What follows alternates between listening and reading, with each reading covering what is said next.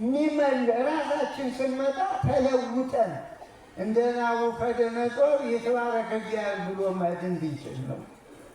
እንግዲህ ናቡከደነፆር ትንሽ እነግራችኋለሁ በሰጣችሁ ደቂቃ አደራ እንዳሰለችሁ። ያሰለቿችሁ ሌሎች ናቸው። እኔ ገና አሁን አዲስ ግልብጥ ነኝ። አዲስ ግልብጥ ታውቃላችሁ? አታውቁም? ወይ አናውቅም በሉ። አውቃለሁ በሉ። አዎ ባልና ሚስቶች ነበሩ። አዲሱን ግልብጥ ላሳያችሁ እና ይጣላሉ። ወንድኛው ትንሽ በአቅሙ ዙሪያ ትንሽ አነስ ያለ ነው እና ጠቡ መረር ሲል ያው እንግዲህ ባለቤቱ እስከሚበቃት ያው ስራ ሰራች፣ የደበደበችው ማለት ነው።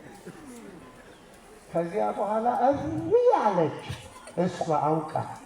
አያችሁ መላዋ። ይህን እንዳትጠቀሙ ቤት ዳችሁ በኋላ ገላጋይ ከመንደር ሲመጣ እሷ ትላለች ስራዋን ሰርታ፣ እሱን እጁን ይዘውታል። እባክህ አዲስ ግልብጥ ነኝ ገና ትንሽን አለ እና ሸማውን አዲስ ግልብጥ ነኝ። እነዚህ ናቸው እሪ ሲያሰዩን የቆዩ እና እኔ አሁን ልባችሁን ስጡ ነው።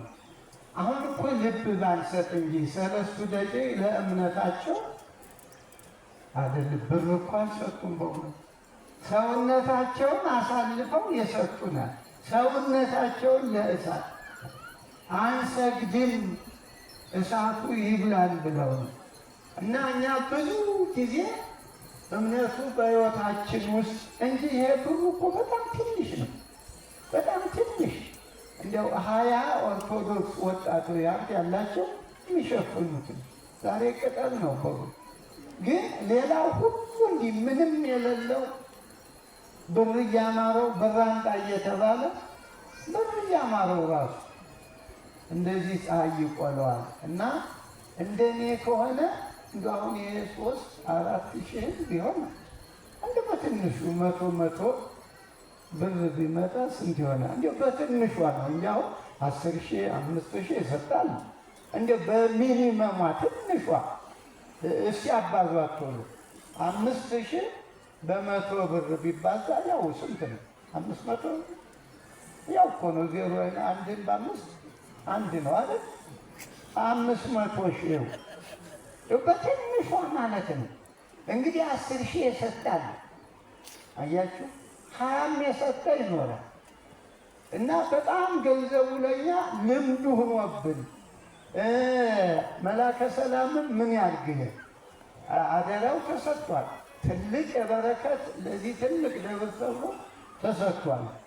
ምን ማድረግ ይችላል እንጂ ይሄ 3-4 ምዕመናን ተሆን እርግጥ ኑሮ ሁሉም ገብቶታል።